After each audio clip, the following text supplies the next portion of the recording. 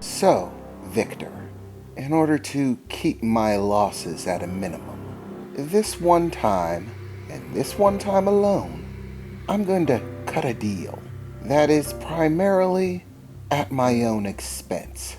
I get nothing out of it other than a future asset not brutally dying.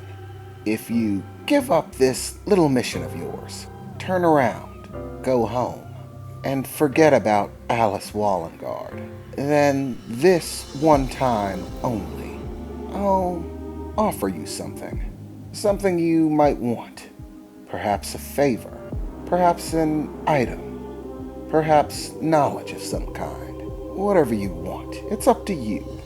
As long as it's something somewhat reasonable. Don't start pushing it and ask for immortality. Other than that, you can't expect it to be quite a boon. I'll even be so gracious to offer it to your little metal friend here, who's recently popped up in events. Yes, I did see your internet video. Impressive, but not enough to kill Alice Wallengard.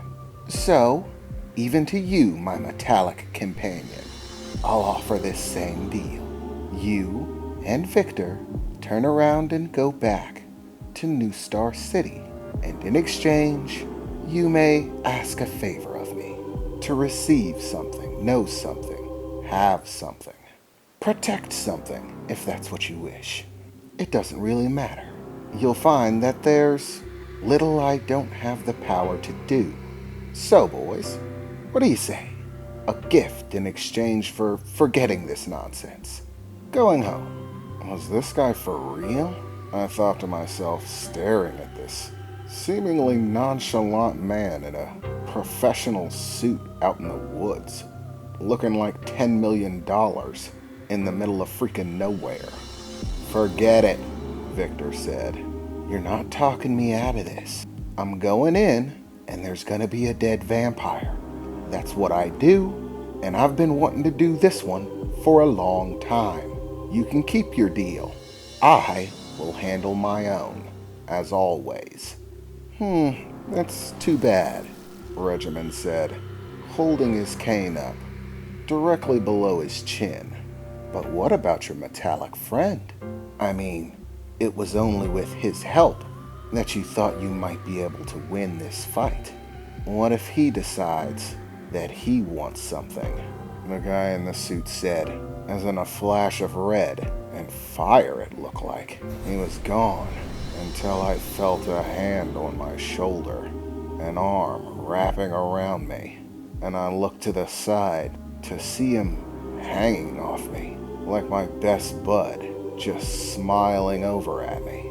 Surely, there are things that you want, right? Don't believe that anything is impossible. I'm a very capable man, with a great deal of power at my disposal. You would be astonished at what I can do, at what I can do for you, my metal friend.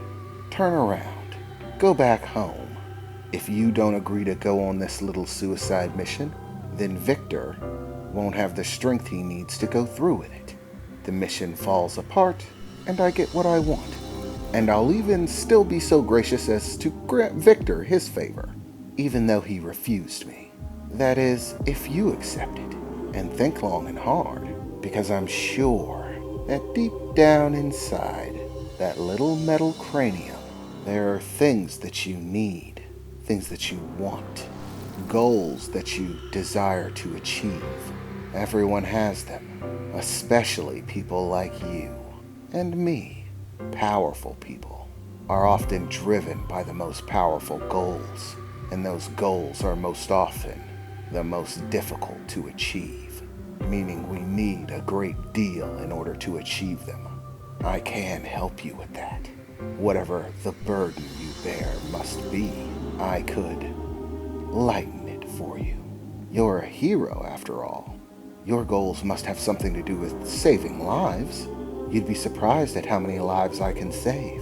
I can tell you where things are hidden, where power is buried, where your enemies sleep, what those enemies fear. their greatest weaknesses. There is no information beyond my reach. And all you need do is ask, and I can make it happen. So, what do you say? Can we cut a deal? The man said, smiling over to me, confidently. He was absolutely right. There were most definitely things that I needed. Things that I needed to know. Was he telling the truth? Could he actually tell me where my enemies sleep? Their weaknesses, where things are hidden. Like the ship. Nylea is of the royal bloodline. She wasn't piloting the ship when it landed. She has no idea where it is. She doesn't even know how to fly a ship, so she can't give me that information. But if this guy could, then I could save them all. I could bust in, get the symbiotes out. Hundreds of them, all saved at the same time. That is, if he could really do it. Heavy Metal Knight, I heard Victor's voice call out, as I looked over to him and saw a very disgruntled and focused expression directed at me. Remember what I said. Don't get pulled in, even if he helps you. And I'm gonna be honest, he definitely could. He's not lying. But I'm telling you, whatever this is, why ever he's offering this deal to us, it all works to his advantage somehow. We just don't know the details. We don't know what's going on. He has more information than us, and he's using it. He's playing you, man. Don't fall for it. This woman is bad news, and she has to go. You agreed to help me. Stick by it. He's right, I thought to myself. I agreed to help him. And it wouldn't be right of me to just abandon him now. And this woman does kill people after all. I can't simply sacrifice the lives she takes in exchange for the lives of the symbiotes. It's not fair. There isn't a balancing beam for whose lives are worth more. And it's not right to try to act like there should be. All people's lives have to be held in equal standing. I won't allow myself to start trading one life for another. At the time, I kind of felt ashamed of myself.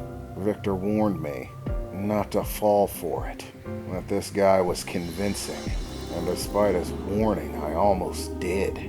I almost fell for it hook, line, and sinker. He offered me everything I wanted in exchange for just turning around, and I almost took it. Damn, I feel like an idiot. I pulled myself away from him. Sorry, I don't want to disappoint you, but I'm sticking with Victor. We came here to hunt a vampire, someone that takes the lives of people, a murderer. I'm not turning back on that, even if you can give me what I want. In the moment, Reginald finally lost that snide smile of his and looked, well, let's call it ruffled, scowling at me somewhat. Fine, he replied. If you two really want to get yourselves killed that badly, be my guest, he said as he turned around, beginning to slowly pace in the opposite direction of us, before stopping for a moment, turning and looking his head over his shoulder, right back at us. Do not say I didn't warn you, but by going into that house, I assure you the only things you're going to get out of it are pain and suffering. And regardless, this is going to end up costing me. You don't even want to know how much. It would have been so much cheaper if you just accepted the deal. Ugh. Why do strong people have to be so stubborn? But then again, I am quite stubborn myself. It's foolish of me not to expect it in others, he said, raising his right hand. But remember, Victor, don't say I didn't warn you. and with a snap of his fingers and a flash of brilliant red fire, he was gone.